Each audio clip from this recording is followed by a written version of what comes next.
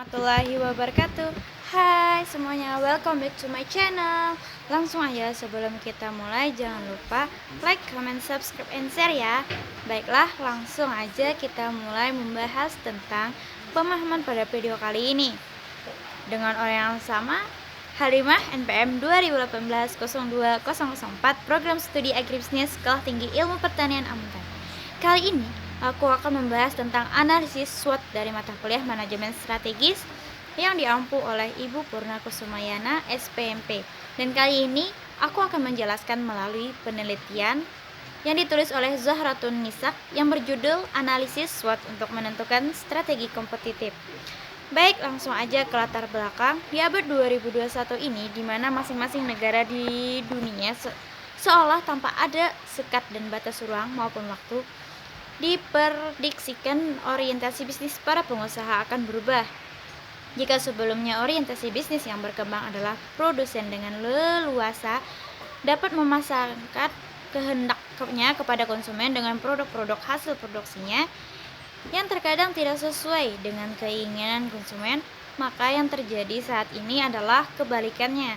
Pergeseran orientasi tersebut ialah para pengusaha telah menyadari sepenuhnya bahwa di dalam dunia industri kali ini, konsumenlah sebagai pemegang kendali atas produk yang akan dipasarkan konsumen. Sangat menentukan jenis dan bentuk produk seperti apa yang biasa atau tidak berada di pasar. Dengan demikian, produsen seolah dipaksa untuk mengikuti dan menghasilkan produk yang sesuai dengan nilai dan keinginan konsumen jika mereka tetap ingin bertahan. Survei Freddy Rangkuti 2004. Kecuali industri jasa cetak konvensional maupun digital printing kini semakin berkembang. Menurut sebuah sumber, diperkirakan jumlahnya mencapai lebih dari 12.000 perusahaan di seluruh tanah air. Akibatnya persaingan usaha pun semakin ketat. Untuk menyikapi hal tersebut diperlukan berbagai upaya. Langkah terbaik untuk mempertahankan dan atau memperluas pasar adalah dengan mengikuti tren perkembangan teknologi printing terkini. Namun demikian, langkah tersebut harus diikuti dengan melakukan edukasi pasar melalui penawaran solusi yang menyeluruh. Tujuannya yaitu untuk menentukan strategi kompetitif.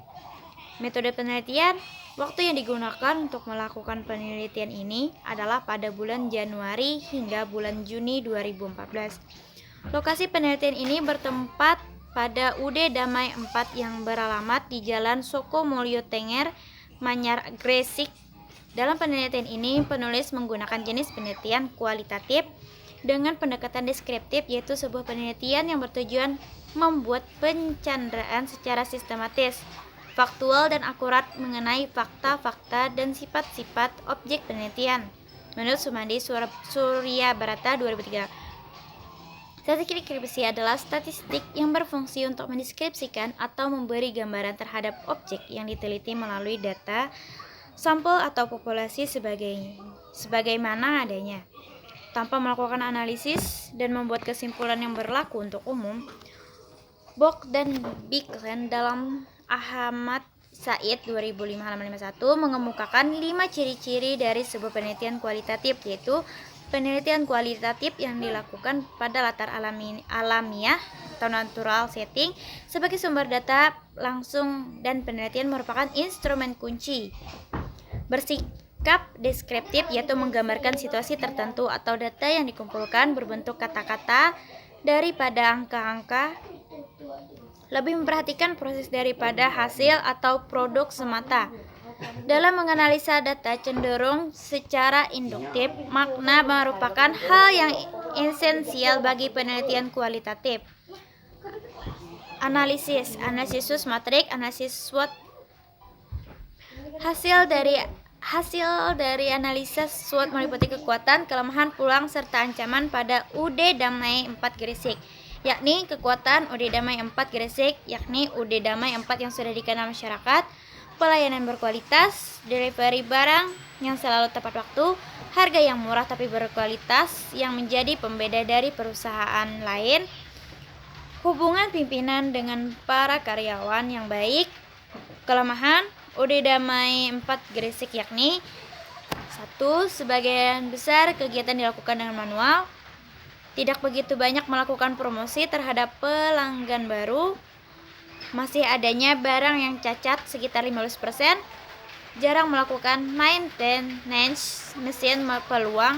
Peluang UD Damai 4 Gresik yakni: UD Damai 4 Gresik memiliki pelanggan tetap. Masih terbukanya banyak peluang karena adanya pelanggan yang potensial, terjadinya pengembangan internet yang bertujuan meningkatkan komunikasi dengan klien dan pemasok yang akan membantu meningkatkan penjualan. Dengan adanya penambahan karyawan yang akan membantu pelayanan dan pendapatan perusahaan. Ancaman UD Damai 4 Gresik yakni: 1. Banyaknya pesaing yang dekat dengan perusahaan. 2. Pesaing yang memiliki kapasitas dan daya jangkau yang lebih luas. Ketiga, harga bahan baku yang fluktuatif. 4. Pertumbuhan pasar yang lambat. 5. Pelanggan yang memiliki kepekaan terhadap harga barang yang dapat pindah ke pesaing yang menawarkan harga murah. Pembahasan. Setelah mengetahui kekuatan, kelemahan, peluang, dan ancaman pada UD Damai 14 Gresik, berikutnya akan dianalisa terhadap faktor-faktor tersebut untuk mendapatkan gambaran lebih lanjut mengenai kondisi pada produk UD Damai 4 pada masyarakat sehingga dapat ditentukan strategi dan langkah-langkah yang dapat diterapkan di masa mendatang. Langkah awal tahap analisa terhadap faktor-faktor kekuatan, kelemahan, peluang, dan ancaman produk UD Damai 4 adalah dengan melakukan analisa melalui matriks IFAS (Internal Strategy Factor Analysis Summary) dan EFAS (External Strategy Factor Analysis Summary). Selanjutnya, dari hasil analisa dan menggunakan matriks IFAS dan EFAS akan dianalisis dengan menggunakan diagram SWOT untuk mendapatkan gambaran akhir kedudukan produk UD Damai 4 dengan produk-produk sejenis dari perusahaan lain. Kesimpulannya, setelah mengidentifikasi apa yang ada pada UD Damai 4 Gresik dengan menggunakan analisis SWOT yaitu IFAS dan EFAS dan matriks SWOT, maka disimpulkan bahwa UD Damai 4 Gresik mempunyai posisi yang sangat strategis untuk mendukung perkembangan memperoleh keunggulan strategi. UD Damai 4 Gresik terletak pada kuadrat 1, artinya pada posisi ini produk suatu perusahaan sangat mendukung untuk dilakukan strategi pertumbuhan agresif untuk mendapatkan keunggulan perusahaan agar dapat bersaing dengan perusahaan-perusahaan lain. Salah satu cara strategi yang dapat dilaksanakan adalah menciptakan ciri khas atau pembeda dari perusahaan-perusahaan lain, strategi ST. Itu saja yang dapat saya sampaikan. Terima kasih. Salah hilaf mohon maaf. Wabillahi taufiq wal hidayah. Wassalamualaikum warahmatullahi wabarakatuh.